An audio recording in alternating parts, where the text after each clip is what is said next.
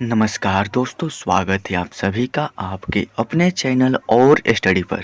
जी हाँ दोस्तों, आज के इस वीडियो में हम ब्याज निकालना सीखने वाले हैं। जी हाँ दोस्तों, ब्याज वो अभी गांव के देसी तरीका से। आपको पता होगा, अगर आप गांव में होंगे तो गांव में क्या होता है कि बहुत से लोग जो होते हैं थोड़ा कम पढ़े लिखे होते हैं। तो जो होता है कुछ ब्याज ले लेते हैं और उस रुपए पर जो रुपए ब्याज लेते हैं ना, उस रुपए पर कुछ परसेंटेज जो होता है उनको इंटरेस्ट यानी ब्याज देना होता है। तो यहाँ पर मैं उसी को एक्सप्लेन करने वाला हूँ, आपकी सारी दिक्कतों को दूर करने वाला हूँ। क्योंकि जो लोग कम पढ़े लिखे होते हैं उन लोगों को बहुत प्रॉब्लम का सामना करना होता है जब ब्याज निकालना होता है तब। तो यहाँ पर मैं टोटल 2 क्वेश्चन कराने वाला हूँ। इन दोनों क्वेश्चंस को अगर आप सॉल्व कर लेते हैं तो आपको जीवन में कभी भी ब्याज निकालने में दिक्कत नहीं होगा। तो चलिए पहले क्वेश्चन को पढ़ते हैं, इसमें क्या दिया है। तो यहाँ पर देख सकते हैं, 4,000 रुपए के 5% की दर से 2 साल 4 महीने का ब्याज क्या हो जाएगा, हमको बताना है। दोस्तों हमारा क्वेश्चन कह रहा है कि मान लीजिए कि हम कहीं किसी से 4,000 रुपये यहाँ पर ब्याज लिए हैं और उस ब्याज पर 5% की दर है। यानी जब ये ब्याज लिए हुए हमको 1 महीना हो जाएगा ना, तो इस 4,000 रुपये का 5% हमको एक्स्ट्रा रुपए देना होगा। तो यहाँ पर पूरे 2 साल 4 महीने का ब्याज कितना हो जाएगा हमको निकालना है। दोस्तों अब अगर आपको पता होगा, अगर अगर आप गांव में होंगे कि वहाँ पर जो होता है महीनवारी ब्याज चलता है।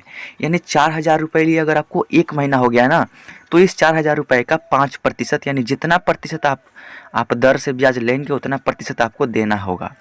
तो चलिए हम यहाँ पर 2 साल 4 महीने का ब्याज निकालना है, निकाल लेते हैं। तो उसके लिए करना क्या होगा, उसके लिए आपको क्या करना होगा कि जो यहाँ पर 4,000 रुपये है ना, इसका आपको 5% निकालना होगा। इससे क्या फ़ायदा हो कि जब भी हम 4,000 रुपये का 5% निकाल लेते हैं तो उससे हमारा 1 महीना का ब्याज निकल जाएगा। अगर 1 महीना का ब्याज निकल जाता है ना, तो 2 साल 4 महीना का ब्याज बहुत ही ईजिली निकल जाएगा। तो चलिए हम 4,000 का 5% निकालते हैं। उसके लिए आपको क्या करना है, लिखना है सॉल्यूशन। उसके बाद 4,000 रुपये है तो सबसे पहले आपको 4,000 लिखना है। इसका हमको 5% निकालना है। तो 4,000 का 5%, तो का मतलब होता है गुना, और 5% है यहाँ पर आपको समझना है। अगर 1% रहता है तो 1/100 हो जाता है, 2% रहे तो 2/100। उसी तरीक़ा से 5% है ना, तो 5 तो लिखेंगे लेकिन प्रतिशत को हटाने के लिए 5 के बटे में 100 लगा देंगे। यानी यहाँ पर 5/100 हो जाएगा, समझ रहे हैं ना। अब देखिए यहाँ पे, अब इसको सॉल्व कर लीजिए। 2 जीरो से 2 जीरो कैंसिल, 40 पंजे होता है 200 रुपये। यानी अगर यहाँ पर 4,000 रुपये हमने ब्याज लिया है 5% की दर से, तो 1 महीना का ब्याज हमारा कितना हो जाएगा, 200 रुपये। 1 मंथ का यहाँ पर 200 रुपये ब्याज हमारा निकल चुका है। हमको निकालना है 2 साल 4 महीनों का ब्याज।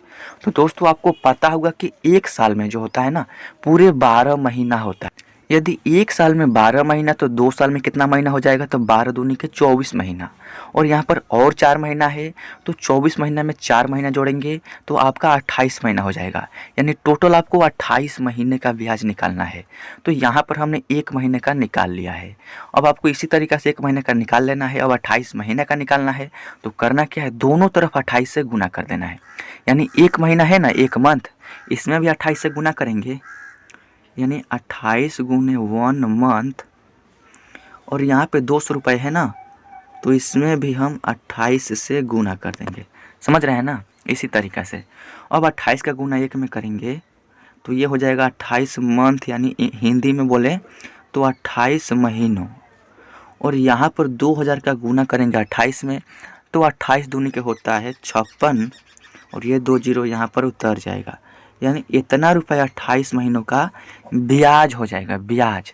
यानी 28 महीनों में हमको 5,600 रुपये सिर्फ ब्याज देना होगा। अगर उस पैसों को लौटाना है सूद सहित, तो ये तो हमारा सूद हो गया ना। और मूलधन हमारे कितना है, तो मूलधन हमने 4,000 रुपये लिया है और उसका ब्याज यहाँ पर 2 साल 4 महीनों के बाद 5,600 रुपया हो गया। अब हमको लौटाना है तो कितना रुपये लौटाएंगे 28 महीनों के बाद। तो करना क्या है, जो हमने मूलधन लिया है 4,000 रुपये, उसमें ये ब्याज जोड़ देना है। यानी 5,600 रुपये जोड़ देना है। जीरो हो जाएगा 0, 6 5 4 9, यानी 9,600 रुपये आपका टोटल ब्याज हो जाएगा। समझ रहे हैं ना? इसी तरीक़ा से आपको करना है और इतना रुपये आपको सूद सहित लौटाना है। आई होप कि आपको पहला क्वेश्चन समझ में आ गया होगा। चलिए सेकंड क्वेश्चन को देखते हैं। तो ये रहा हमारा सेकंड क्वेश्चन, जो कि पहले क्वेश्चन से काफ़ी आसान है। चलिए इसको सॉल्व करते हैं। इसमें क्या है, 1300 रुपये का 3% की दर से 4 महीनों का ब्याज क्या होगा हमको बताना है। तो करेंगे क्या, सबसे पहले हमको 1 महीना का ब्याज निकालना होगा, क्योंकि हमको 4 महीने का निकालना है। तो अगर 1 महीने का निकालेंगे उसके बाद ही ना 4 महीने का आसान तरीके से निकाल पाएंगे। तो चलिए 1 महीने का निकालते हैं। कैसे निकालेंगे, तो पहले क्वेश्चन में क्या किया था हमने, 1300 रुपये का 3% निकाला था। उससे क्या हो गया कि हमारा 1 महीना का ब्याज निकल गया था।